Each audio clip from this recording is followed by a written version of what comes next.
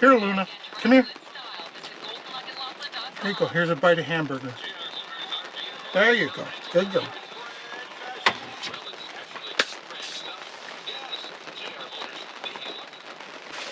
Hey everybody, Mav Hunter here.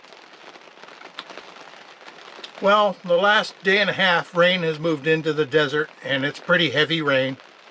Still seeing some deer. The bucks are really starting to get ruddy. I was afraid this weather might change that or slow it down, but only seems to be increasing the buck activity for rut action and so on. This morning, nothing crossed the trails I was watching. But then when I went up and did a little glassing from a high point on a levee, I saw a few deer moving through the brush. Pretty much, the deer I spotted were through my 15x56 Swaro binocs in pre-dawn light.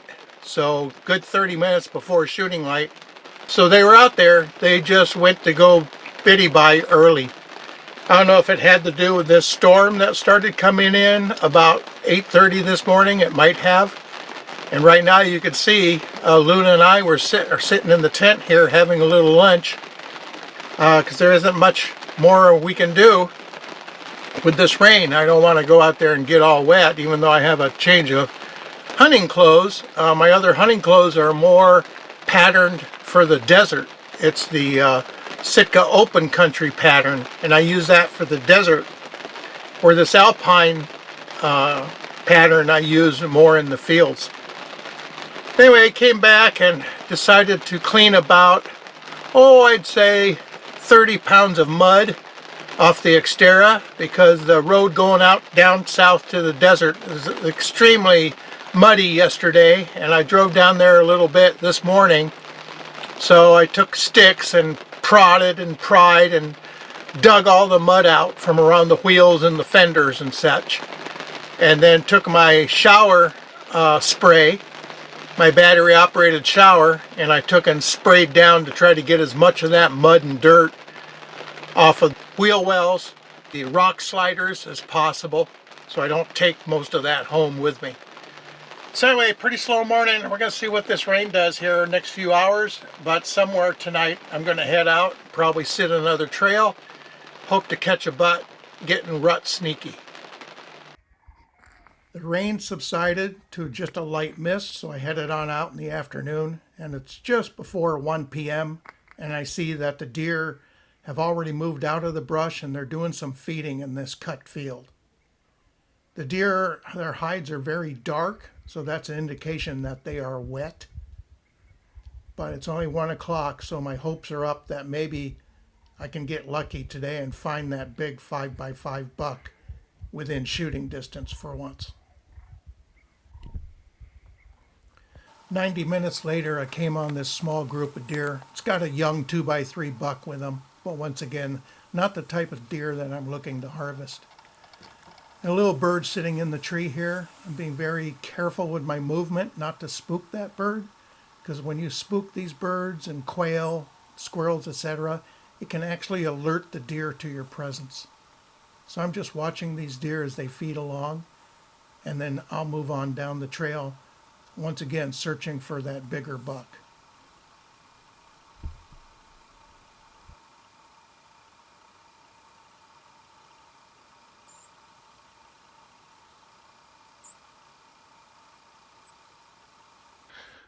This morning,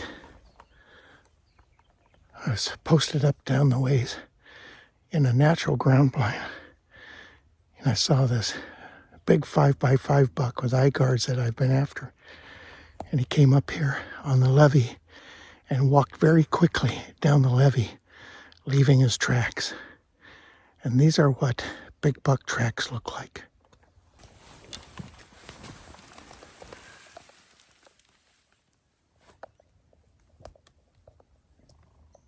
From the tip of his toes to the back, we got a little over 4 inches.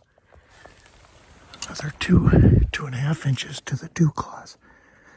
That's a big buck.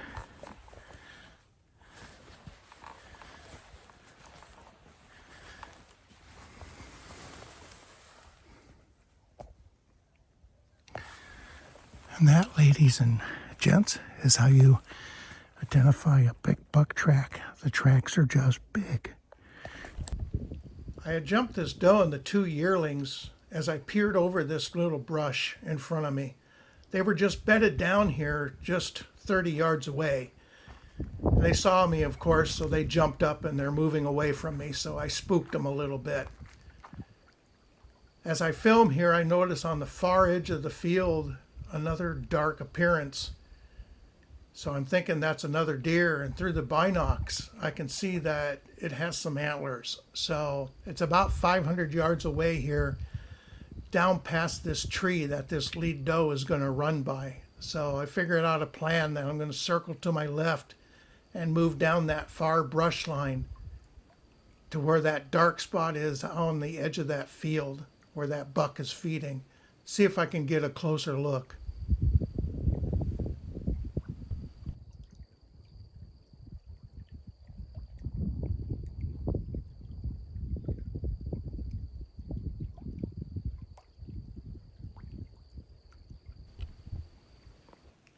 I knew from my landmarks that I was getting close to that deer on the far side, as I'd covered over 600 yards along the brush line. And all of a sudden, I was down on my hands and knees, thank goodness for knee and elbow pads, and I heard something that sounded like munching. So I peered up over the bush, and the buck had actually moved toward the direction I was stalking in from his original position. And I was quite surprised to see this deer is just 10 yards away. And he's feeding, and it looks like some Asian millet. And this field hasn't really cultivated, so it's kind of just growing wild. But he's going to town on this feed, and I'm sure with the weather that moved in the morning, it cut their feeding time short. So we're a little late afternoon here after 3 p.m., but the wind is perfect, so he can't scent me, but he knows something is there. But I'm being very careful not to move. I'm kind of holding the camera just over the top of the bush. Sorry for the shaky footage here, because I'm just looking at not the viewfinder, but the little pop-out camera screen, trying to keep this deer in frame. He notices here in a few frames that he sees these quail hunters about 600 yards away down at the other end of the field. And he's probably more concerned about their German short hair pointer dog than he is about them. But the feed must be good because he doesn't pay them much attention. He goes right back to feeding. So I watched this deer for a few more minutes, and then eventually he moves off. So I head back to a crossing trail that I know near this irrigation canal where the deer will cross, because definitely this afternoon the deer are on the feed, which they haven't been this early in the afternoon for the past several days. This is a young buck, not what I'm looking for, but if he survives, maybe in 3-4 years, he'd be a shooter. I set up in a vantage point where I could cover a couple trails crossing this irrigation canal. And earlier, about a group of does, and it looked like a small buck, jumped this irrigation canal down here about 200 yards and moved off through the brush. There was another bigger deer that moved through there that I didn't quite catch because I was looking the other way. So I'm going to go down there and check out the tracks and see if it might be the track of a big buck. Then I'm going to come back and get my stool and my pack, and I'm going to work my way through this brush about 400 or 500 yards to that other field and see if I can get a better look at those deer.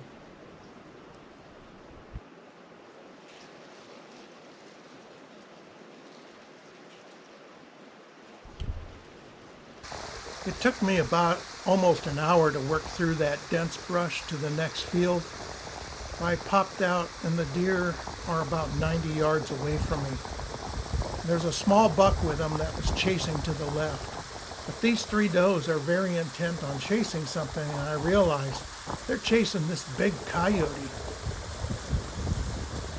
There's a couple small, rather small fawns in this group of does, so I'm sure they're concerned about the coyote. But it's getting to be long shadows here, so we're getting into early evening. So I think I'm just going to sit tight along this brush line and see if a bigger buck than that 3-point shows up. It's been a good afternoon for spotting deer.